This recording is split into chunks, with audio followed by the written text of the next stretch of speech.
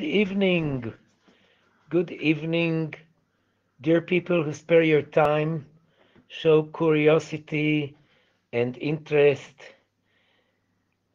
to listen for the question how come dreams have to do with ordinary coaching and what an executive will have to do with a dream that occurs to him.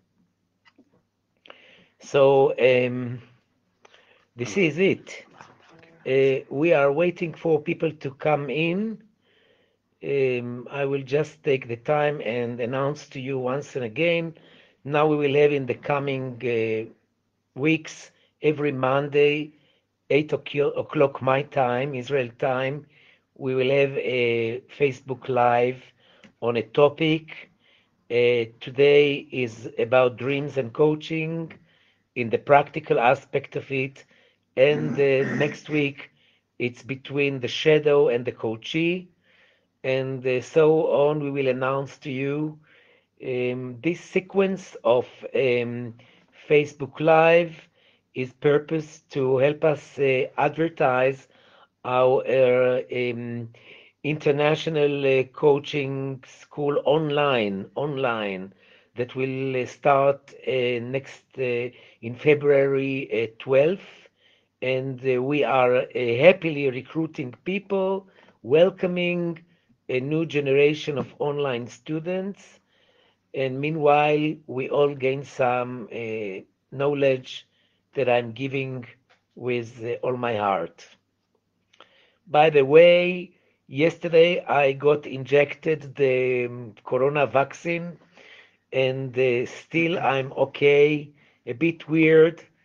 Maybe tonight I will have a dream, but so far so good. The next injection is in 3 weeks from now, and then I will get a green passport and go visit you. So we have 2 more minutes for a warm up. This is a good tea with ginger for vaccinated, um, experienced people.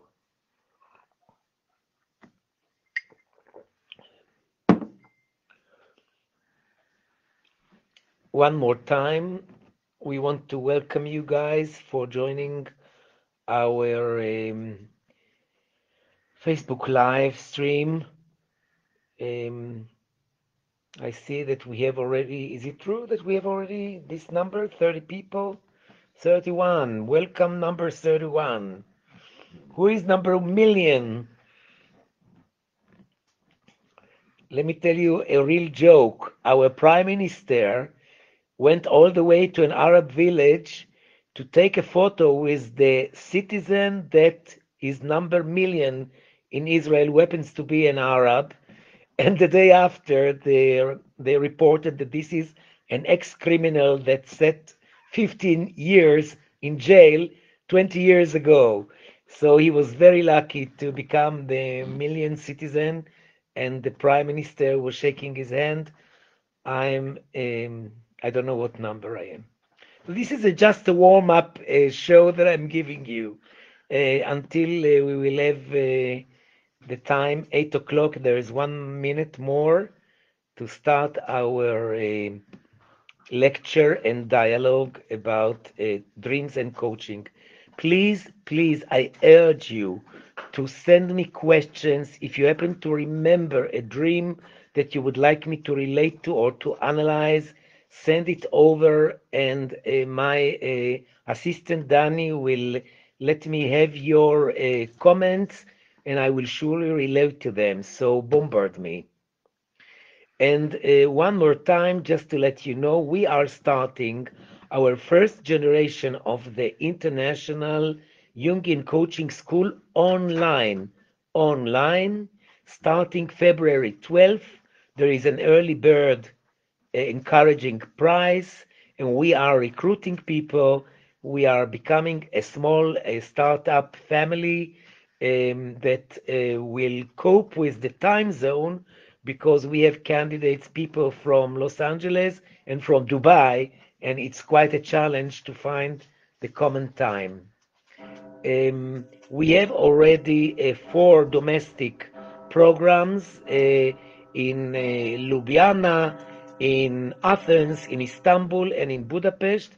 And now there is a newborn baby coming on 2021 that will serve as an online program for the whole 6 modules.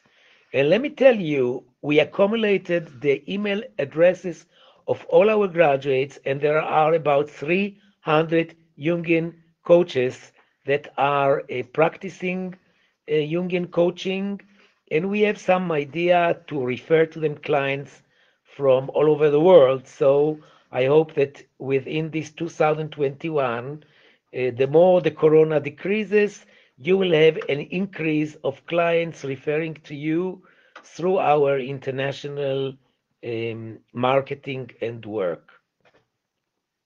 So 50 minutes already in the audience, and I think that it's 8:01 and it's time to start.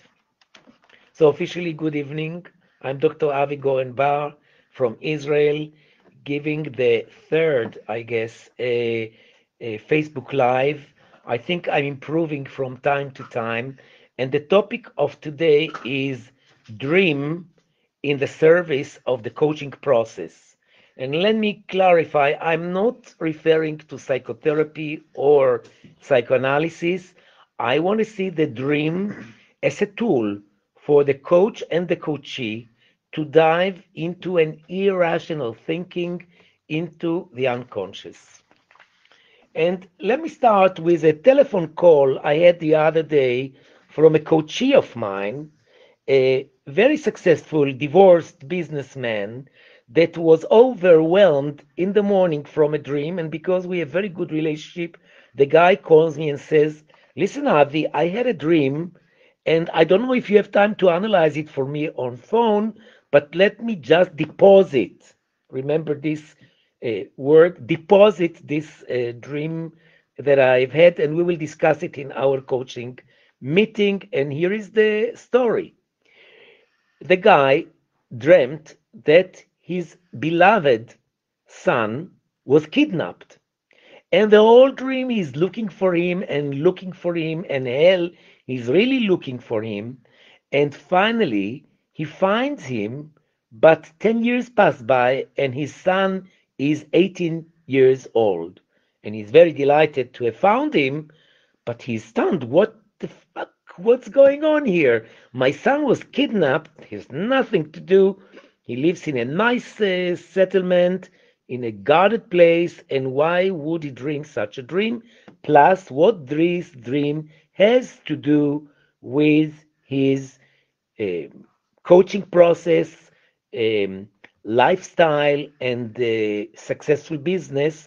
For this, we will answer and relate after I will teach you several principles. I will speak slowly. Maybe some of you want to write notes. Meanwhile, let me remind you again, please write dreams that you remember, preferably dreams that have to do with your work. Nevertheless, any dream. And Danny, my assistant and helper, hello, Danny, say hello.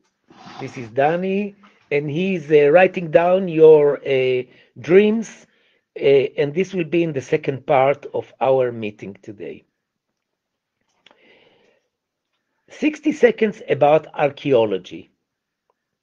You see, you don't need to remember a whole dream, neither your coachee.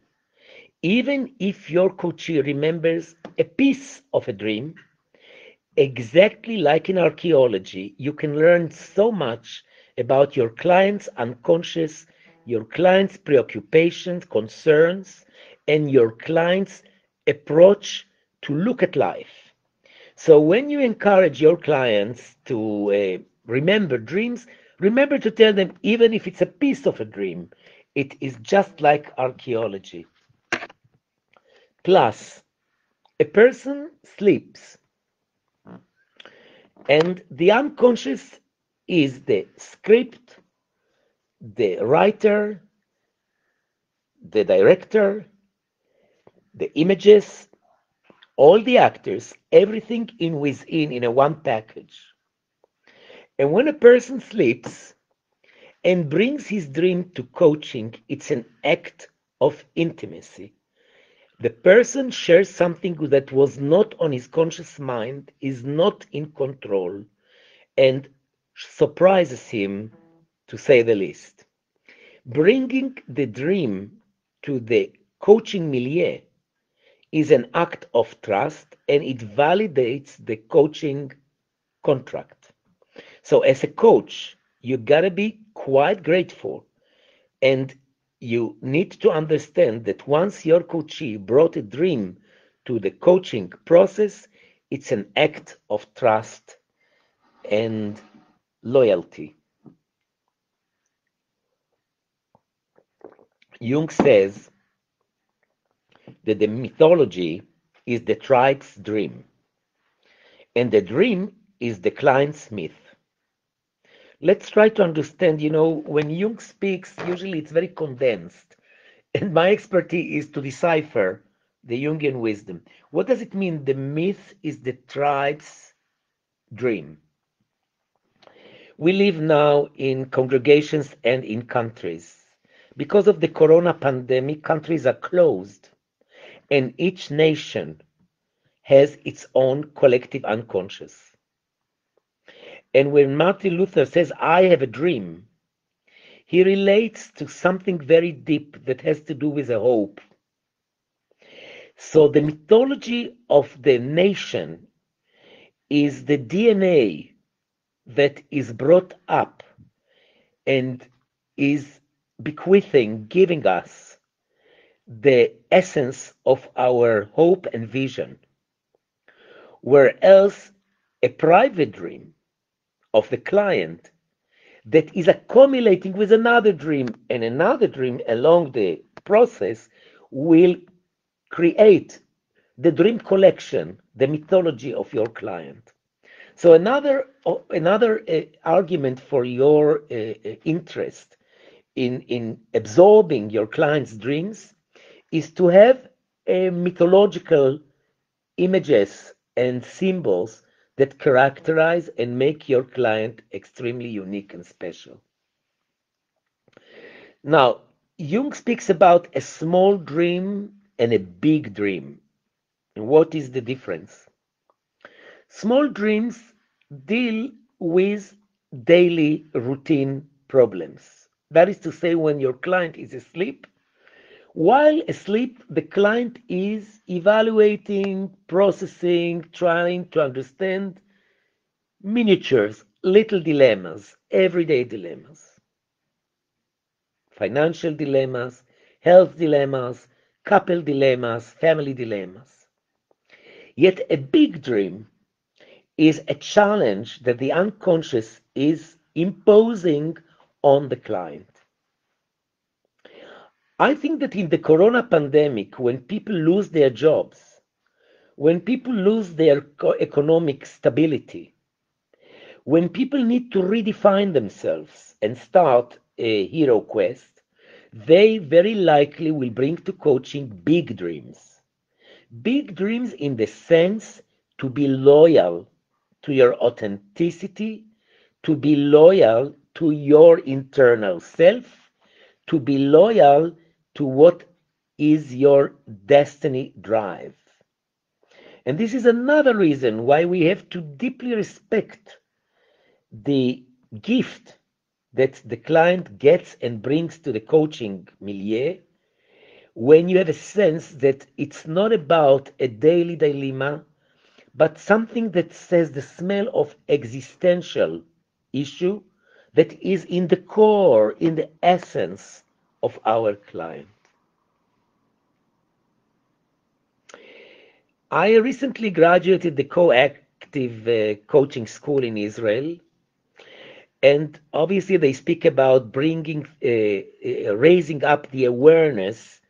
And my excellent teacher, Nati, used to approach me while I was coaching, and in trying to avoid my psychological approach, she would whisper to me, show curiosity of a 3, 4 years old child. And the moment I simply naively showed curiosity, surprisingly, my client would fly up with an insight. This is the approach that you as coach need to adopt when you listen to a dream coming from your coachee. Show curiosity. Start with asking a million questions, one by one. So why is it so and why is it here? And ask questions about details, because details in dreams count a lot. 60 seconds about uh, details in dreams. It was already Freud that spoke about condensation. That is to say, concentrated data that is condensed, is pressed, is squeezed into a small fragment. It can be in art, it can be in a lecture, it can be in the dream. The little item sometimes has the solution. The little item, the marginal, holds the whole opera. How can you identify the little item? By asking questions, by not giving up any stone. Lift up the stone by a question. Powerful questions are very welcome. So if so and so, why was he kidnapped of, the dream that I told you? Why from all the preoccupations you dreamed about kidnapping? What is your definition for kidnapping? Because the unconscious brings the authenticity of the psychic language of your coachee. And you want to bring this original stuff to the space between you and your client. So we have here a triangle. Your client, the dream, and the coach. The moment the client raises up his or her awareness, they become wise with themselves. And whenever you hear your coach, he says, well, I wasn't aware of that. I wasn't aware of that. You justified what you charged. Raising up the awareness of the client is one of his main purposes to come for a coaching session. Another point, crucial point, is about spontaneity, a message from the unconscious. You see, it's an amazing mechanism, psychic mechanism. We are asleep. We are asleep, and suddenly we have a spontaneous message, always coming in visual form. Images and videos of the dream are all plastically presented to the person who sleeps. It's like a small video. It's like a small movie. And it always comes in a very naive way. Why does it have to come in a naive way? To enable the irrational unconscious to come up to the conscious level. You see, dreams are crazy by definition. They are crazy not because your client is crazy, because your client's and your own unconscious is a Disneyland. And all the fairy tales and all the legends and all the artifacts are made of the same unconscious material that in the DNA, in the essence, in the core, is the irrational thinking. 60 seconds about irrationality. What is irrational? Irrational is any argument or vision that does not come along with reality. You know that in the beginning of the 19th century, there was a whole artistic stream of surrealism, Picasso, Chagall, taking the reality and twisting it back to the way it is brought originally by the unconscious. A fiddler on the roof. Why? A fiddler sits in the concert hall, right? Or in the klezmer hall. What is he flying in the sky? Why would the bride and the groom fly in the sky? The distortion of the reality is in the essence of the unconscious. And I want to encourage you, while I am talking to you, to think about a dream and to write to me, because 77 people should have by now at least 10 dreams coming up while I'm stimulating your unconscious. So guys, it will be anonymous, I promise you. I need your material, not the person itself, because we deal with collective unconscious of everybody's unconscious. Come on, write dreams or write questions about dreams. Yet I have still quite not few things to share with you about my knowledge about dreams. A small intermission for a commercial, as in all TV. We are starting our international online Jungian coaching school in February 12th with special early bird prize. Go into our site and learn about this. Now, in the unconscious, there is a kingdom, and the Caesar, the king of the kingdom, is called the self. For those of you who are psychologists among the listeners or the audience, I'm not speaking about the object relation self-psychology self. Jung spoke about the self as the nuclear, spiritual, nuclear inside our personality, that part in us that knows what is good for you. Jung says that the relationship between the ego, the functioning person, and the self is parallel to human being and God. In that he meant that the self is not only merciful, but can also be very challenging and cruel. The self produces messages to the ego through a psychic mechanism that we are born with, that is called the compensatory function that comes through the transcendent function, which means there is an elevator, a sensor, that brings from the unconscious messages from the self along the axis of the self and the ego out to the conscious level. Obviously, this can be very overwhelming. Why? Mostly because it's irrational. I'm not speaking yet about the practical side of how do we actualize it in the coaching process. How will our client take seriously the message of the self and see how it connects to his or her business, to his or her suffering, to his or her challenges that life or business or family or couple or whatever imposes on us. But when your client comes to your office or meets with you in the square nowadays or on the Zoom, your client, your coachee expects you to help him or her connect to this internal coach, which is the self.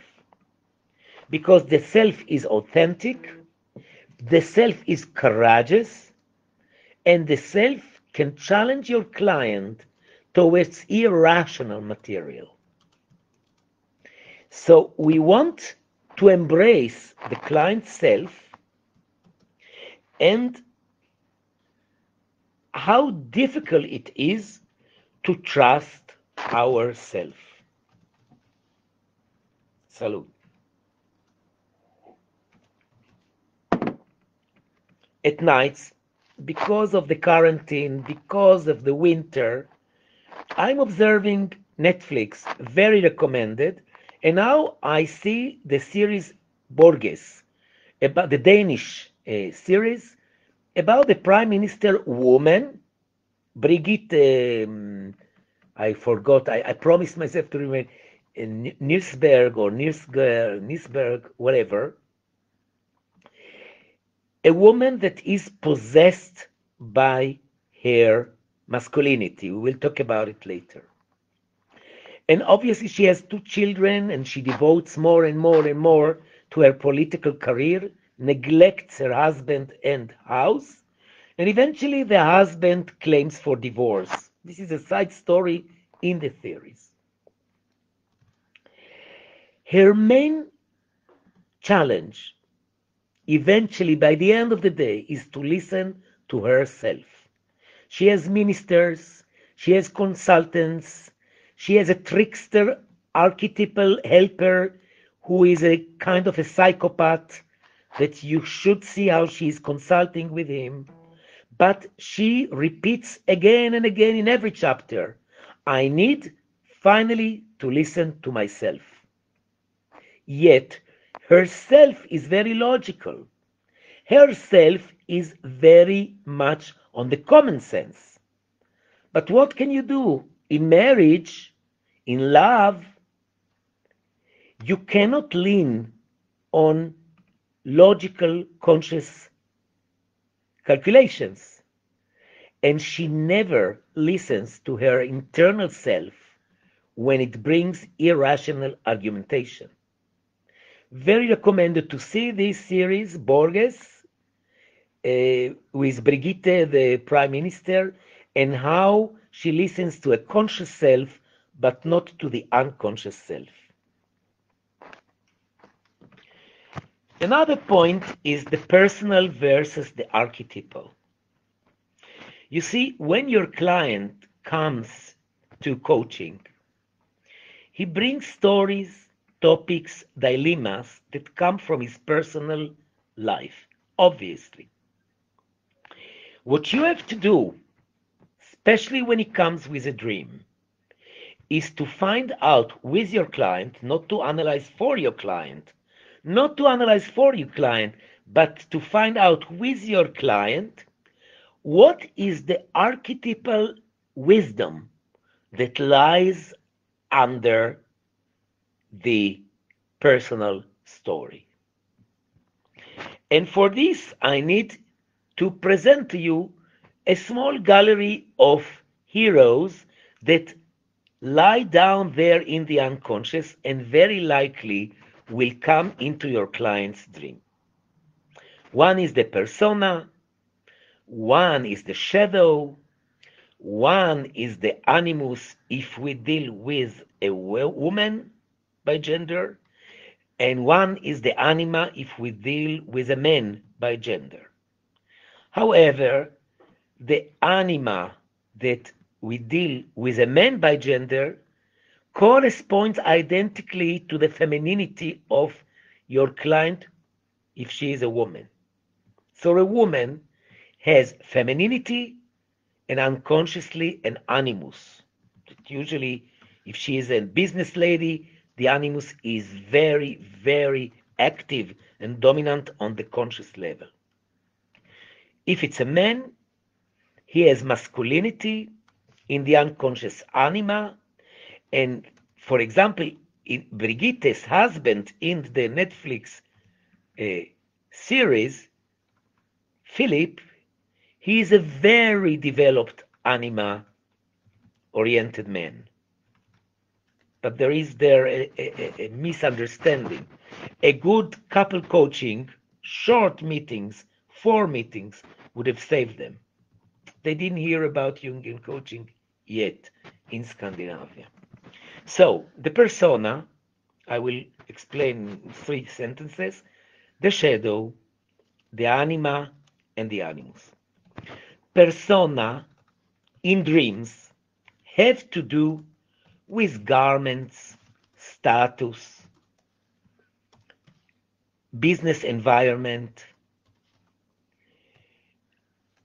fashion,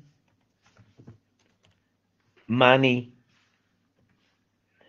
all the wrap, the social wrap, that the dream can play around with it. I came to my office and I'm naked. It's a persona issue. I looked for my credit card and it disappeared. Persona. I don't have where to attend my client and he comes to my private house. Persona. So all the social skills that your client is dealing with in the dream belong to the persona. Shadow. This guy that I told you about, the executive that is in coaching with me, and his child was kidnapped. The dream pushes him into his shadow, because shadow, synonym word for shadow is inferiority. He's helpless. He's helpless.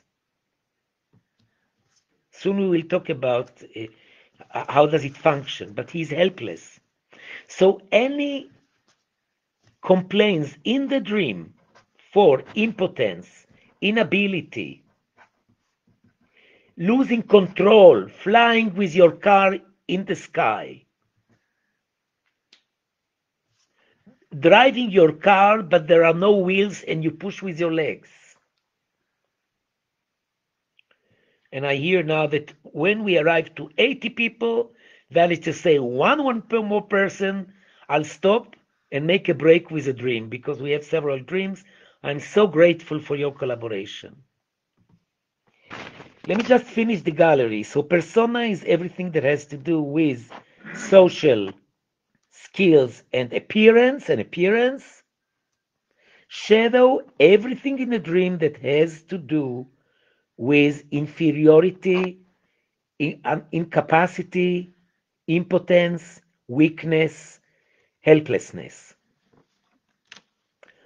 Anima, any need for a man in the dream to express feelings, usually when your client, masculine by gender, is connected in the dream with a lady. If the lady is not known to your client, it is the anima. If it's a particular lady, look at the traits of this lady by the question, what does she symbolize for you? To understand why this lady appears in the dream. Not only lady, but also feminine animals and feminine objects. Like a man executive says, I'm dressed up with a suit that I feel that everybody is observing me because I look weird, and then I discover it's a women's suit. It has to do both with the persona, but persona mixed up with his femininity, with his anima. And a woman with animus. A woman that can dream that she has a penis.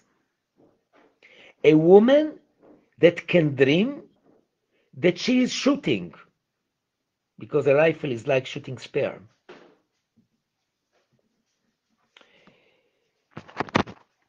Still, we have several more, like 5 more principles, but I think we can jump into the pool, and this will be also a good excuse for me to fill up my tea in this swimming pool.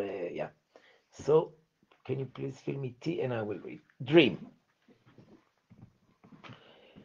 I'm currently trying to build my business. Struggling some financial issues. This is a comment that obviously comes from the conscious level. The person is aware of a dilemma, how struggling on financial issues. And then comes the dream. As I said to you, I told you, this dream is a gift from, for this sake, my clients, let's make a turner into a client, from the client's unconscious. I had a dream 2 nights before that I was in a very big empty house. Close to the woods, a very green area. And I was with my dog. Let me not read the, a very important comment. For me, analyzing dream is a very erotic assignment. And why erotic? Because I go into the unknown. What eroticism has to do with going into the unknown? Well, when you make love with a partner for the first time, you go into the unknown and you explore intimacy in the darkness, not because you switch off the light, because you go into the unknown. You don't know each other's body secret. It's the same with the dream. So it's very erotic, but I want to go sentence by sentence and start deciphering. I wouldn't do this in a coaching session because I cannot communicate with the person that sent me the dream. So I'm just using this dream as an illustration for applying the knowledge that I shared with you. But it will be interesting. I was in a very big empty house. In the book of Jung, Memoir, Reflections, and the Memories, Reflections, and Dreams, Jung reports about a dream that he has about his house. This is the first dream that he discovered that the basement is the unconscious. That is to say that this person is dreaming about a personality that is vacant, that is empty. Emptiness is not something bad. Emptiness, by the principle of the opposite, the compensatory function, the flipping principle, opposite means fill me with something. It's an invitation to fill with something. Close to the woods, the forest is the unconscious, where you need to be in the darkness with your intuition, and in the woods there are animals, they are your instincts. They are your instincts. A very green area, green, photosynthesis, very live, not deserted, very live. And I was with my dog. Dog, animal, take off the L, anima, psyche, the faithful, instinctual friend. A very good beginning of a dream. While the client is struggling with financial issues in the business, the unconscious through the self is giving the client a new space for reflection. Potential with instincts. Now I start having an anxiety myself because I wonder where the dream is leading us to. Jung says that every dream is divided into three parts. Expositia, the showing the dilemma, we have the dilemma here. Dealing with the dilemma, struggling, and the closure, the end. So I think we are moving to the second part.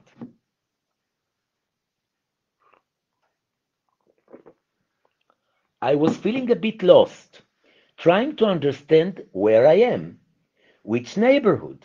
You see that the client's conscious is diving down to the unconscious with conscious questions. Where am I? What neighborhood? Give me a sign. Give me orientation. It belongs to the conscious level. And meanwhile, hoping that it was a place close to where I'm currently living.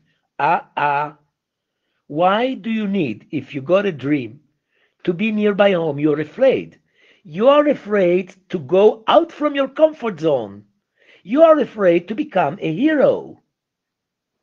You want to stay where you know. But maybe the dream says to you, the solution for your business will be in somewhere different way of thinking. You don't need to fly to Kamchatka.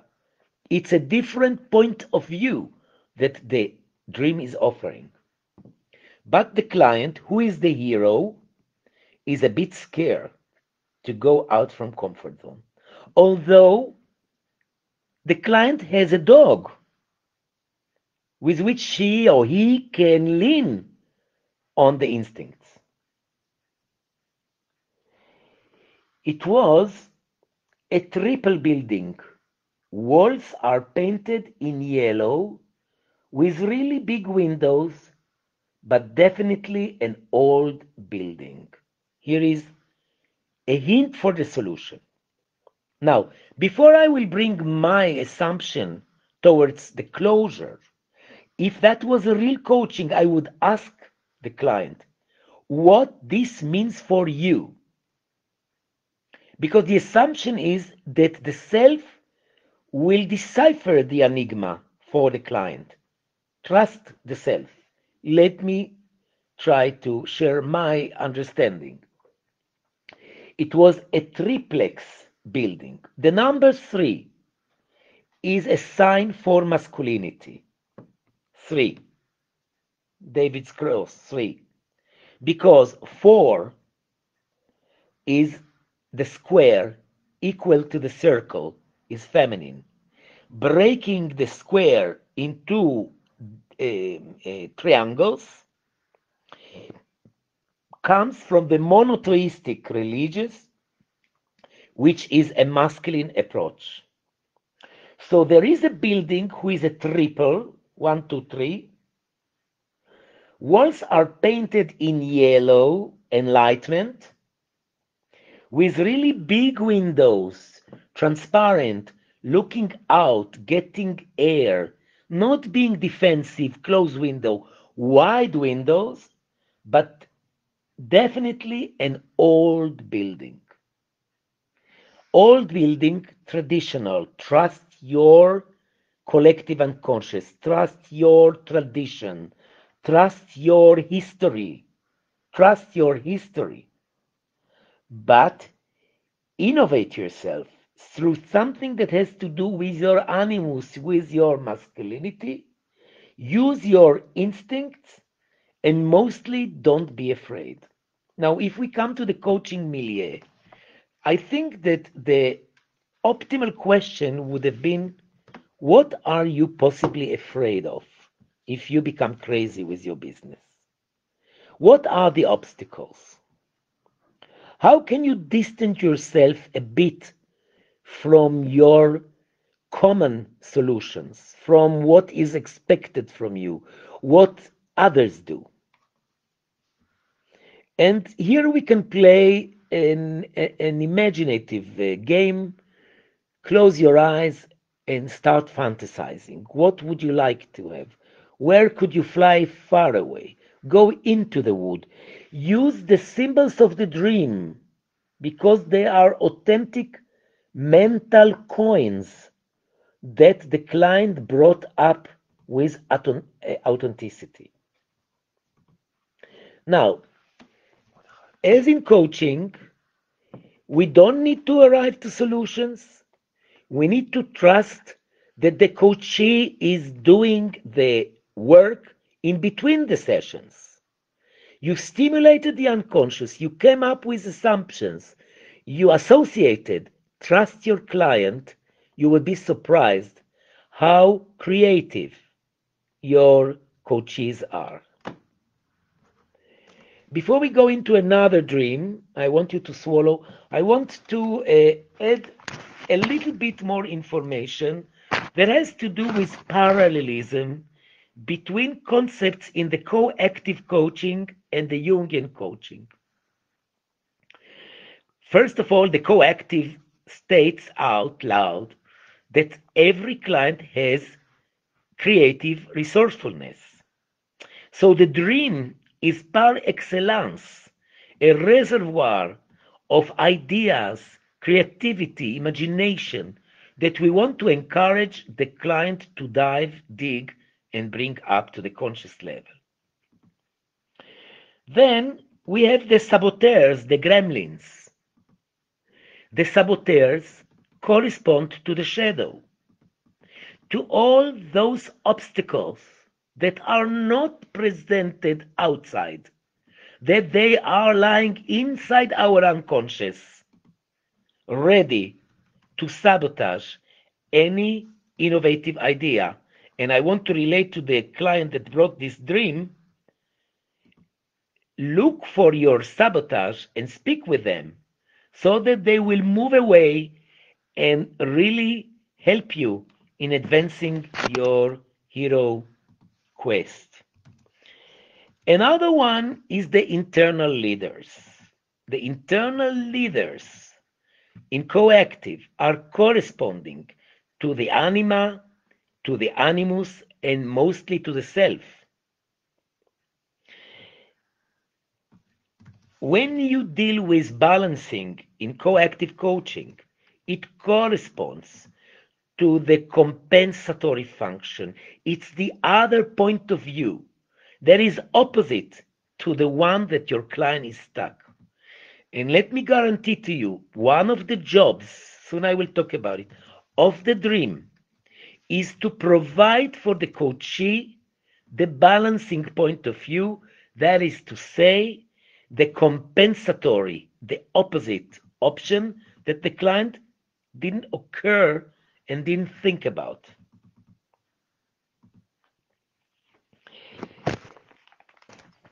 "60 seconds about the compensatory function that is really crucial, and I will by this summarize that there are three sorts of dreams. Jung says that we don't dream in order to know what we know.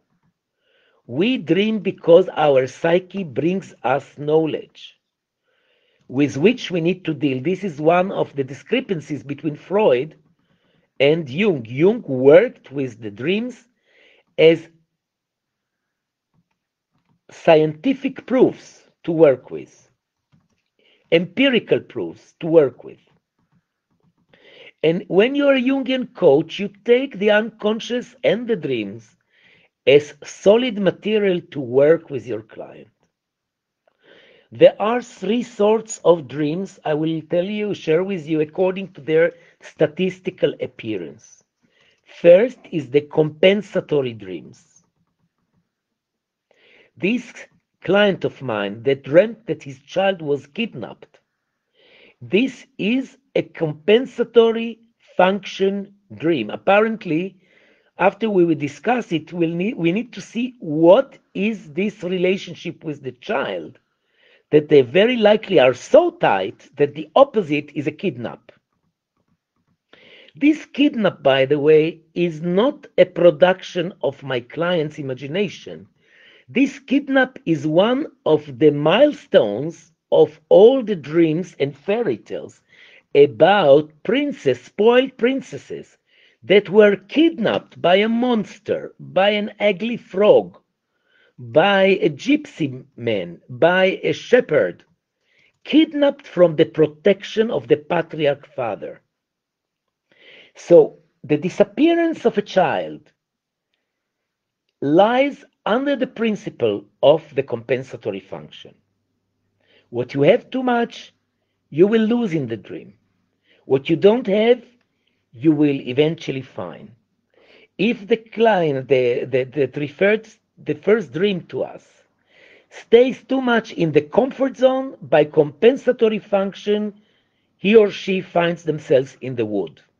It's the opposite principle. The second sort of dreams is the educating dream. The self tells you what you should do, but the hero, the ego, the functioning person, that is to say our client, is fearful. You think I didn't have fears to go yesterday at 11 o'clock to the town center to get injection vaccine against corona? I was terrified. Did I report myself that I'm frightened? No. Everybody goes.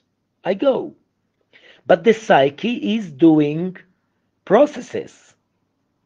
While I'm showing courage, maybe my body, by compensatory function, is beweakening myself. There is always homeostasis and balancing. The educating dream encourages the coach to serve the dream in a digestive way so that the client can consider challenges that on daily life he wouldn't have considered. And this is the educating dreams They have a nuclear of creativity and challenge. The third sort of dreams I don't recommend to deal with coaching. It's the predicting dreams. I will just say that these dreams come from very, very deep intuition, that people can predict events that will happen not the next day, but in future time to come.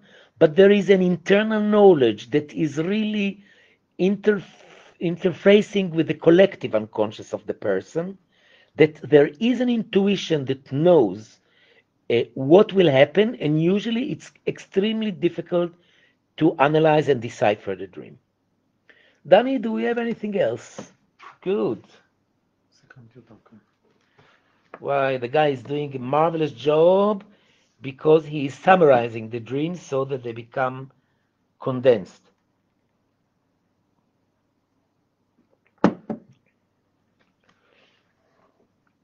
This is a dream from childhood. My childhood dream. I was chased by a car on a street. It followed me in the building, up the 16th floor, and down the apartment hall till the sleeping room of my parents. I thought to escape in their sleeping room, but the car came there as well. In this point, I always woke up. This dream came very often in my childhood. It's called a recurrent dream. And a recurrent dream happens when the psyche needs to get an answer, and there is no answer. So the self is knocking on the child's door again and again with all kinds of variations for that dream. Nobody is chased by a car. Maybe in the animation, children's movies, the Donald Duck is chasing Mickey Mouse, or the bad guys are chasing the good guys. But I was chased by a car. What is a car? A car is a potential.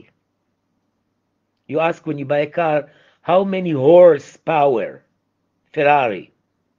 A car is an engine. Very likely this child is a very competent child, and his potential is chasing after him, and he's overwhelmed by his potential. There is an inflated ego. Inflated ego, this child is not very modest. He runs up the building and the car is following him to the 16th floor apartment. Very high, increasing, inflated, and to his parents' bedroom. Does he or she feel protected by the parents? Not at all. This means that this is a very, very personal dilemma that the parents cannot help. Sometimes talents are too strong on the child. I thought to escape to their sleeping room, but the car is there as well. In this point, always I wake up. If this dream was given by a client in a coaching session, not in a child psychotherapy, first of all, the symbol of the child. The self has many symbolic images. A car, a vehicle, because it makes a transition, it makes a development, it brings you from one point to another. So it's an actualization of potential, one.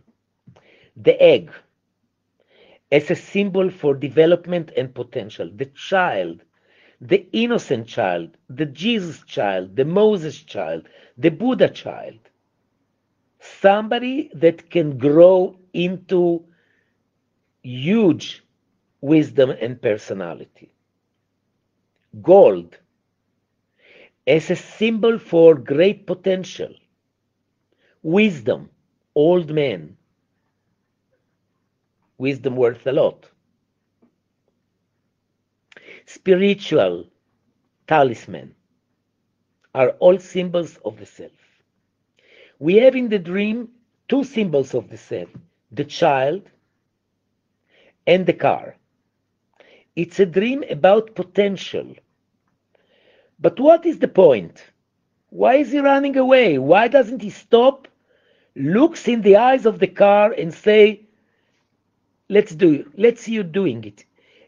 Encourage a dialogue between the chased and the chaser. Don't run to your parents. Cope.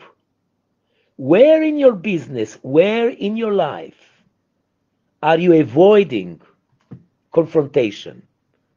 This is maybe the message of the dream.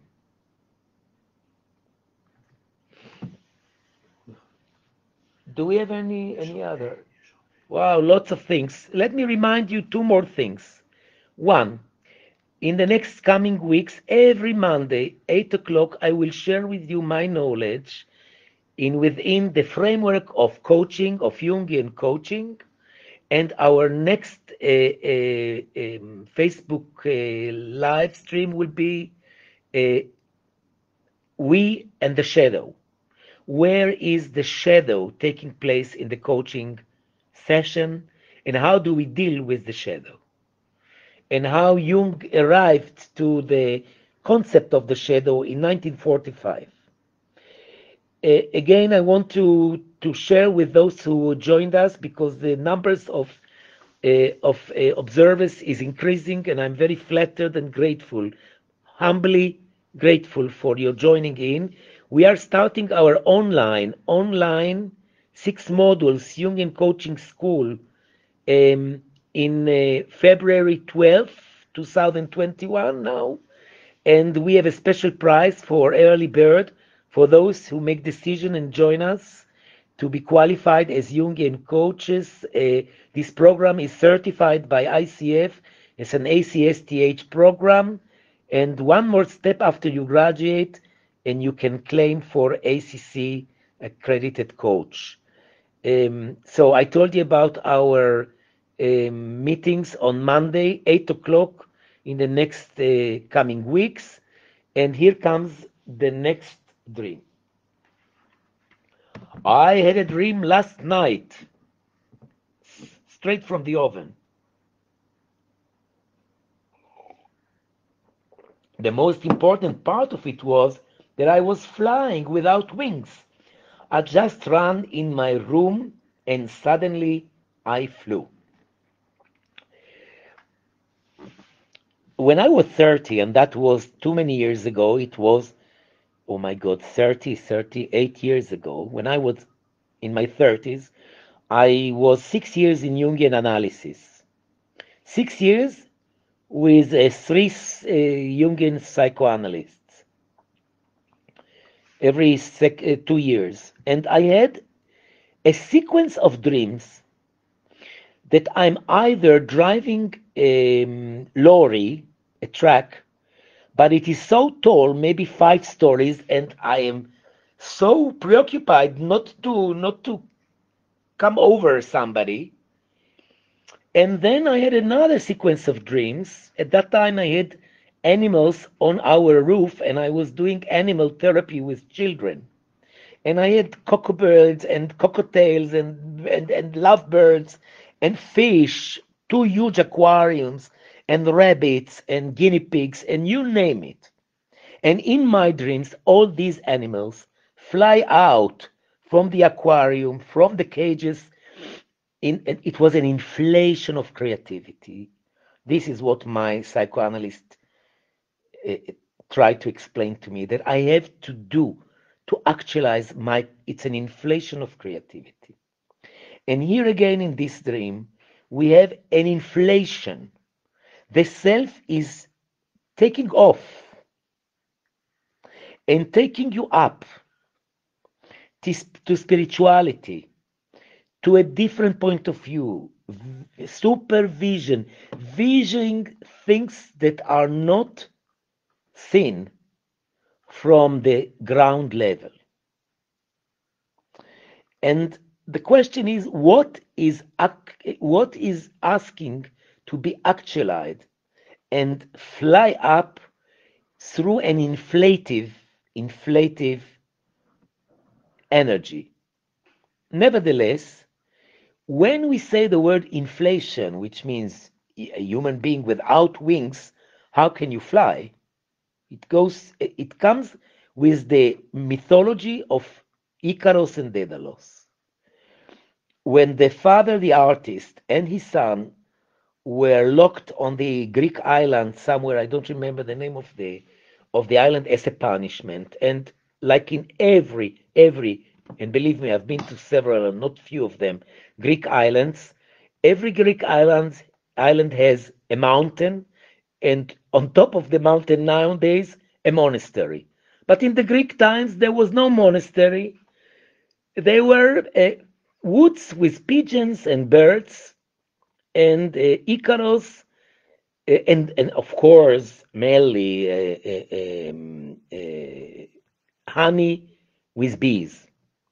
So the creative artist says to his son, I'll make it short, let's collect feathers and we will create ourselves wings, and we will stick the feathers with the honey, and we will come up the mountain and fly to our freedom.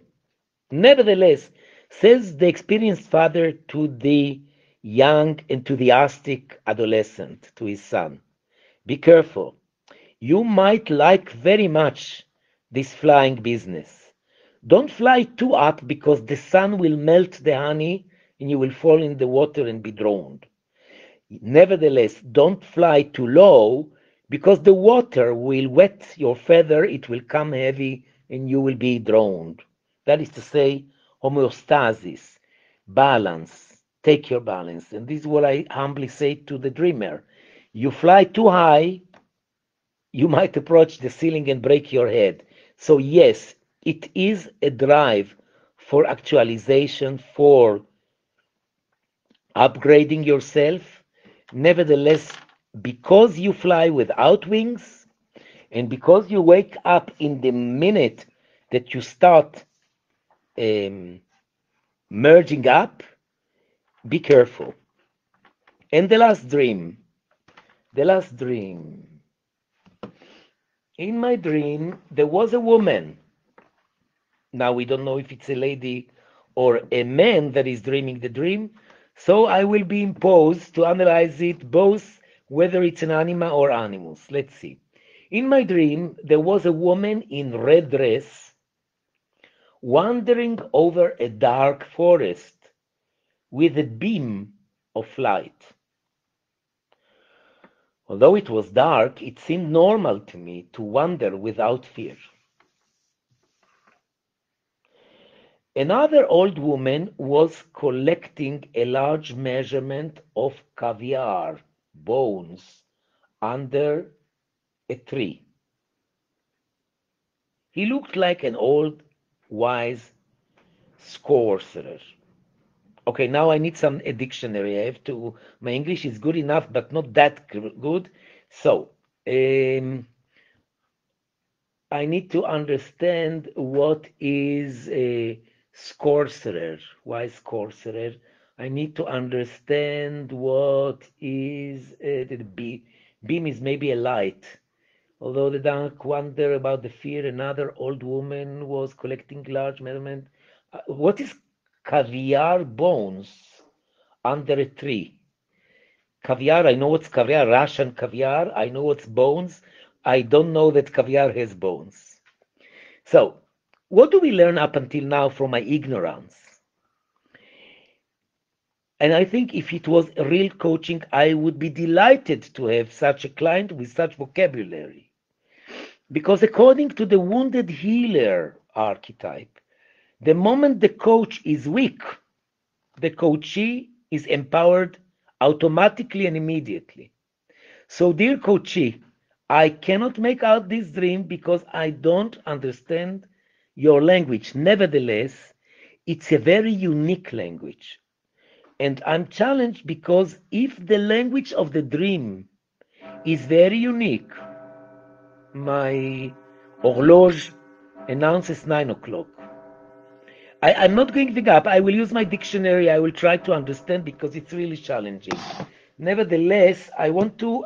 There are several symbols in the dream that can help us. So don't rush me, Danny.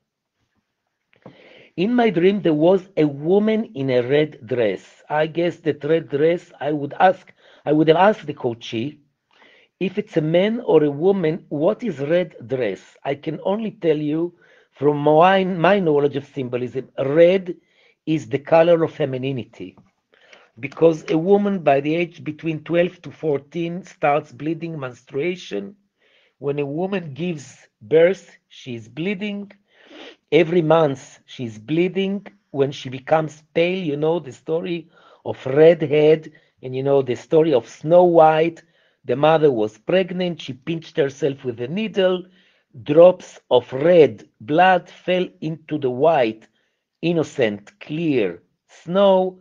She was born Snow White, and red is women when they are in stress, they get spots, red spots on their neck, they blush. It's a feminine characteristic.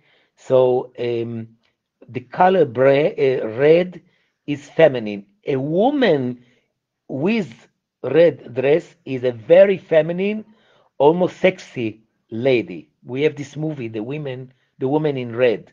But if it's a man dreaming about it, it's a very tempestuous anima.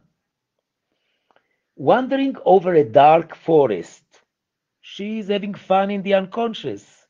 She feels this anima, this red, sexy, temptress anima or femininity is wandering with no fear in the darkness of the unconscious, with a beam of light, some intelligence, some knowledge, some sign, maybe a baby born animus if it's a lady.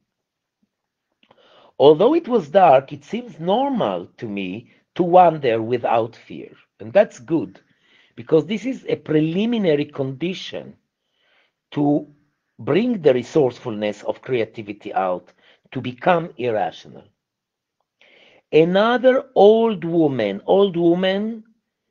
wise old woman, a woman that comes with experience, with understanding of the wisdom of life, collecting a large measurement of caviar bones under a tree.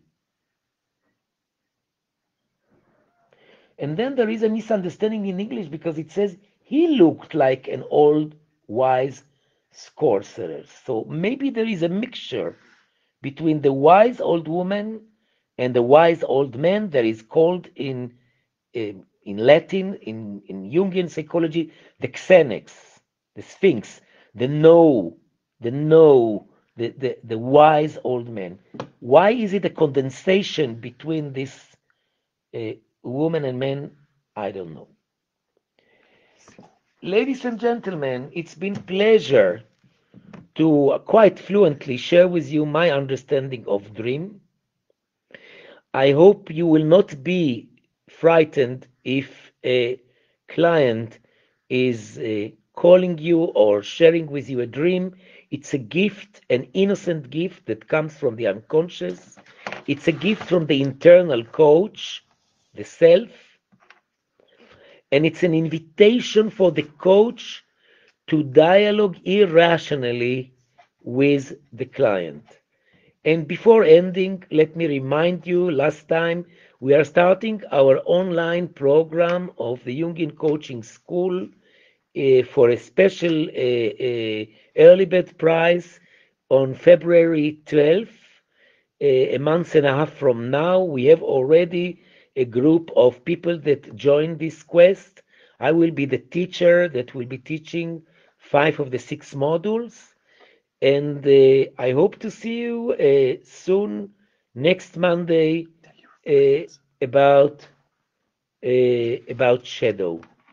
One more comment coming from Danny. Uh, tell friends. Tell friends about this marvelous opportunity to share an hour and a half under the umbrella of the Jungian coaching wisdom. Thank you so much. Good evening and auf Wiedersehen. Au revoir. Gurshurus.